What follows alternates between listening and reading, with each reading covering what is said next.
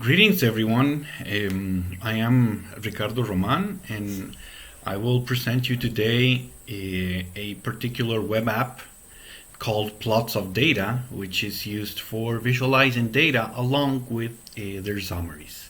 This was a research done by Martin Postma and Joachim Godard from Netherlands. Let's begin. So this would be a short outline of what I'm going to talk about. So there's going to be an introduction, how to find out the code and their data, how to input data, how to display it, how to show statistical summaries about it, how to configure the graph layout, how to provide output for it, and at the end the conclusions that the authors give about this work. So to begin with, a bunch of researches actually only show the summaries of the data. This is usually done especially because the data can be so massive that it's going to be very hard to plot the actual raw data on charts. And that's why we actually use summaries. But it would be even better if we could actually use the actual data instead of those summaries. But how can we then achieve that? Well, the point is that using raw data would help us see the actual situation, but using summaries will aid a lot in the interpretation. And sometimes we can even do naive comparisons between data if we use the actual data. And this can mislead us into some conclusions that are not right. This can be actually avoided if we use direct comparison of different categories. If we use these 95% confidence intervals in the data we plot.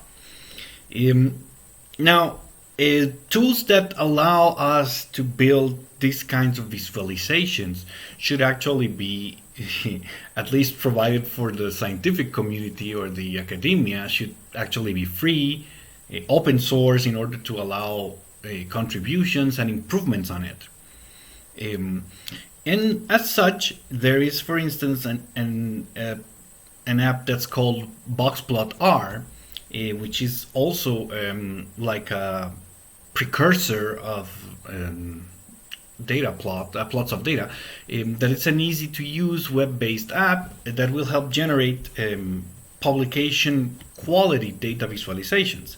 And this has been very well cited, and that's why the authors decided to make a new step on it.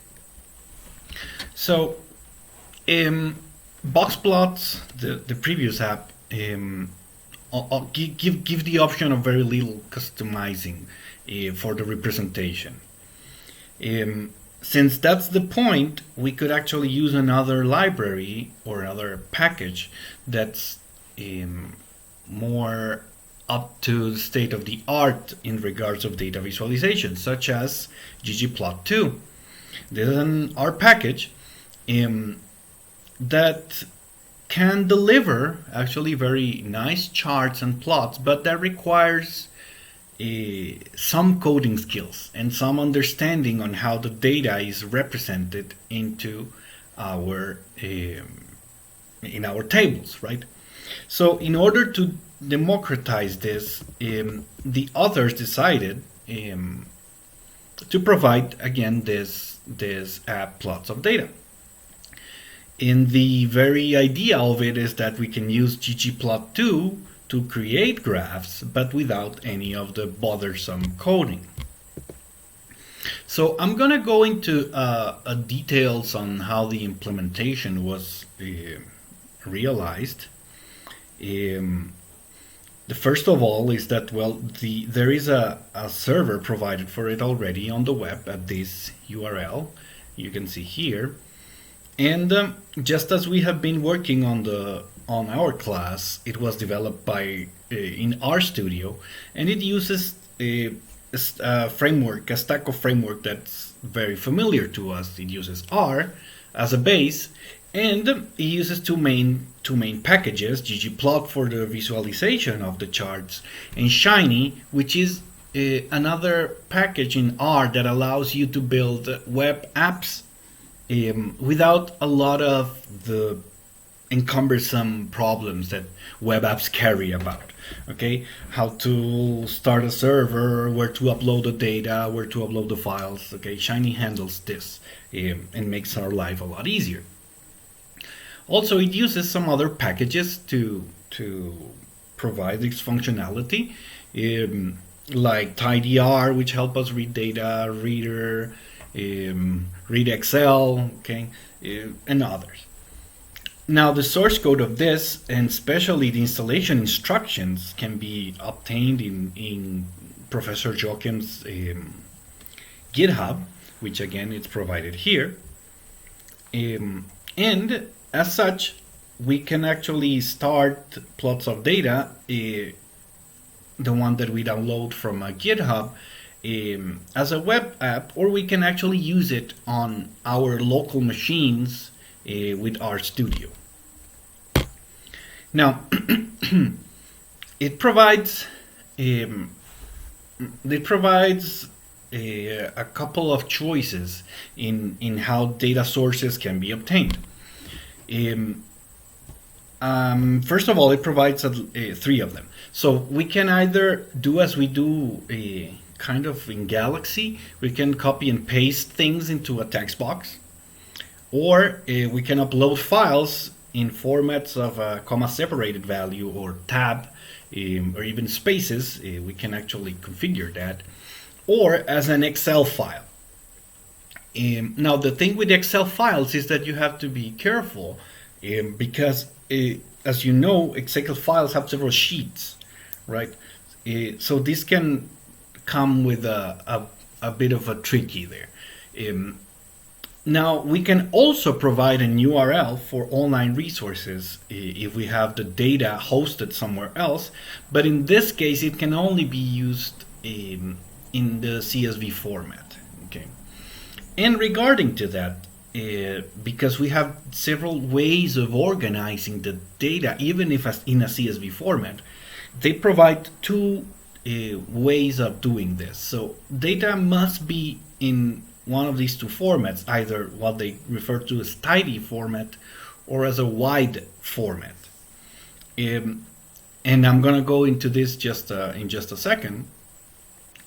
But we can also have shortcuts on how the data can be accessed through the URL, and this is actually a functionality that will be also explained later. But in terms of just the data, you can see here that after the URL we come with a interrogation mark, and we say data equals 2. Well, in the app this would means use the data source number 2. Okay. Again, I will show this later, but just to give you a heads up. So what do we call tidy and wide data formats? And I realize that this might be the case for some of the more bio-oriented researchers, that I think they are more akin to the wide data format, in which you have several categories or conditions in columns and a bunch of records simultaneously presented in each of the rows. For instance, on the left side table, we have in the second row that condition A or category A has a 1.1 value. This would be one record, and B has a 4.2, which is actually another record, and C has a 5.6, sorry, and this would be another record. So actually this table has 6 records here that can be grouped in 3 different categories. Now, in the tidy data format, which I think it's more like what we used to do in computer science, and more like the nature of the CSV format, we have one record per row, and each of those records have a series of features. Like for instance, in this case, we have the condition or the category and its value. Okay. Now there are a bunch of simple data files that can be obtained again on this URL that we provided down here. Okay, so let's move on to how the data is displayed. So data here is shown as a transparent in a range of transparency as dots. Okay, those dots or those data points can also be offsetted or moved in order to avoid overlaps when we have a large number of points.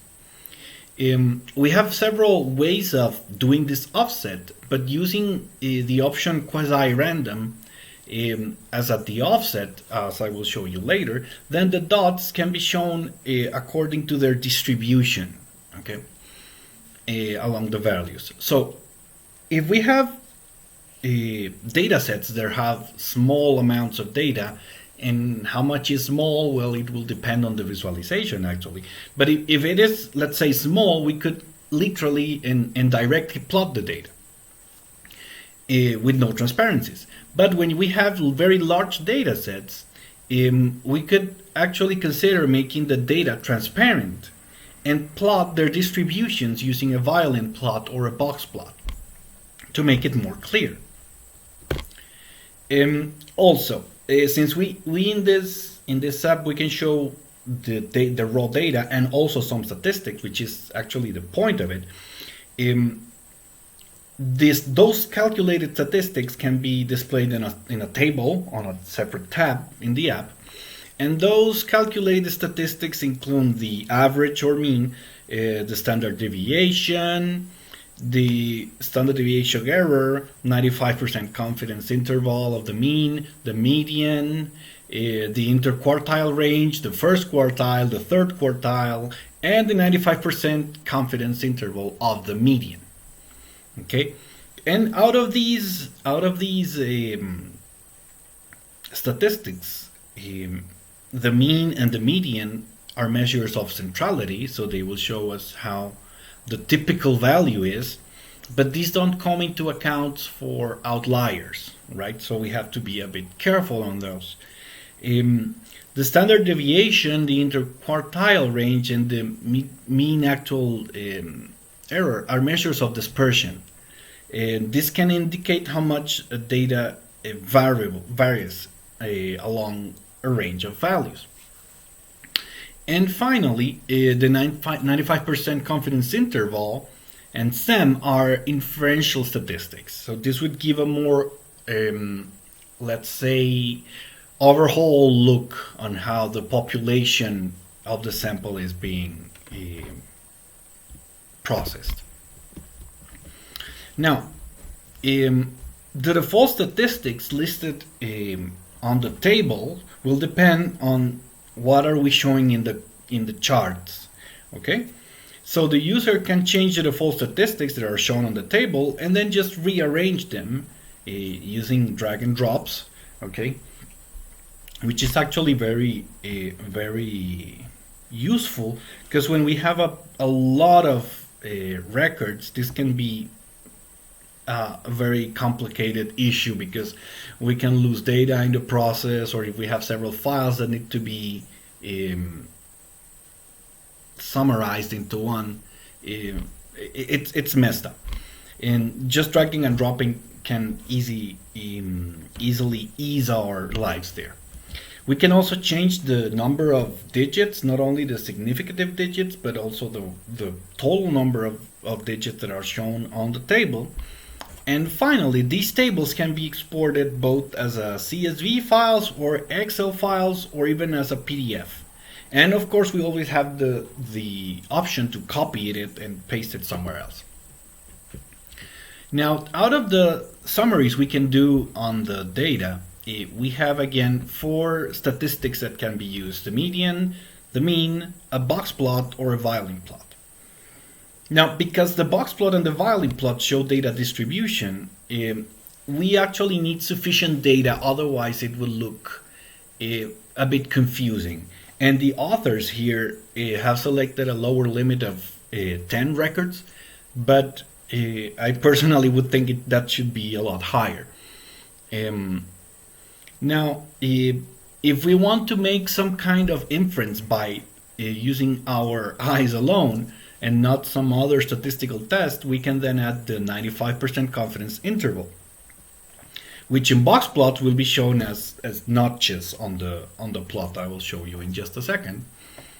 This 95% confidence interval is calculated by bootstrapping. So we randomly select a bunch of records, and out of those we determine the 95% confidence interval from the 2.5 and the 97.5 percentile. Now, since bootstrapping requires a representative sample from the population, again, it is only suitable if we provide sufficient data. So this is some of the charts that are displayed on PlotsOfData. I would like to go into details of these ones, but I will actually go onto them on the app itself, just to show you how the confidence interval that I was referring to is plotted here. It's this bar on the left plots. In the middle plots, these are the notches that I was referring to. And on the violin plots, it's also another bar in the center. Okay, now how can we change a bit the layout of these charts? Well, ggplot2 uses like their modus operandi. It's to build layers of data one on top of the other with transparencies, and these transparencies in the code itself can be rearranged, right? But since what we are trying to do is simplify life on coding, then we use a specified order of layers that is defined as this. First, in the bottom one, we use the box plots, then we have the raw data. On top of that, we do the mean or the median, and on top of that, finally, we use the bars or the notches for the 95% confidence intervals. Now, this visualization can again be optimized by user-defined visibility on those layers. So we can change the transparency, let's say, for the raw data, in order to be able to see more obviously either a violin plot or a box plot. Also, we can rearrange the categories in the plots either as they are provided, or we can change them as alphabetically, or according to their median value. This will again provide different ways of arranging the categories, but the same data overall would be provided. There are also some other things that can be done. So as a general settings, we can, instead of using columns, we can use bars, because the plots can be rotated 90 degrees. Again, since most of the screens we use today are wide screens, this actually can be a better way of displaying stuff. But if we have a poster or some kind of printed media, then maybe the original one can be used. The grid where the data is shown can be removed, and particularly interesting one, the scale can be adjusted. And I will show you a particular case in just a bit. And we can also, on that scale, we can use actually a log 10 scale.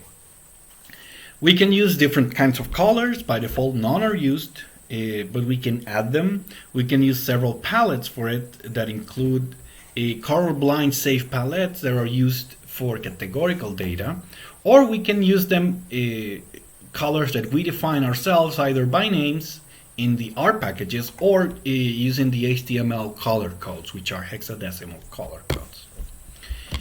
Also, the text can be changed. The labels on the axis can be defined, can be resized, and a very interesting feature, there is a figure caption that can be added that responds dynamically depending on how the plot is changed. So there will be a description, Let's say if we are using a 95% confidence interval, the means, and the volume plot of some data. But if we decide to alter and instead of using the mean, we use the median, when we change the plot, the description itself will change too. Now, all of these settings, if we want to generate several visualizations that follow the same style, can be cloned via the HTML address. I will show you how. And again, if the data that we obtained, the data source is an online resource, then we just need only to paste the URL into the browser and the data will be presented automatically. If it is data we need to upload that we provided somehow in a different manner, then the style will be configured, but then we need to provide the data itself after the plots of data is loaded. Now, as an output, we can actually save these charts. Of course, they are not only presented on the web browser. We can save them as images directly from the web browser, or they can be exported as PDFs or PNGs. Now, why these two formats? Well, PNG, both are lossless formats, but PNGs are based on bitmaps, which makes them not pretty when they are resized, but they are easy to compress. And the PDF format is based on vectors, so the quality is much better. Now, also the figure description can be copied if we want to, and the summary table that also reflects the data can be also exported, as I said, in several formats, including PDFs, Excels, or comma-separated values. Now, to finish, the authors would like to state that Plots of Data was generated with the aim to enable everyone, or as many people as possible, to visualize their data in combination with a selection of summaries. And they would like to add that the high quality plots created with Plots of Data will improve the transparent communication of scientific data, and even so the reproducibility, which is something very crucial these days, which both will benefit the researchers and their audience. I would like to add that this is actually one of several shiny apps that the Professor Joachim's group have, that is very nice to check. They have another one called GG2 Plotter, which is very interesting, that you guys can check later. So again, just as a reminder, you have to obtain everything. So title and author, of course, and the paper can be accessed here, and the app, it's on this server hosted by them, but as we stated before, we can load it on our own. That's it for me. Thank you very much for listening, and I'm going to show you now how the app works.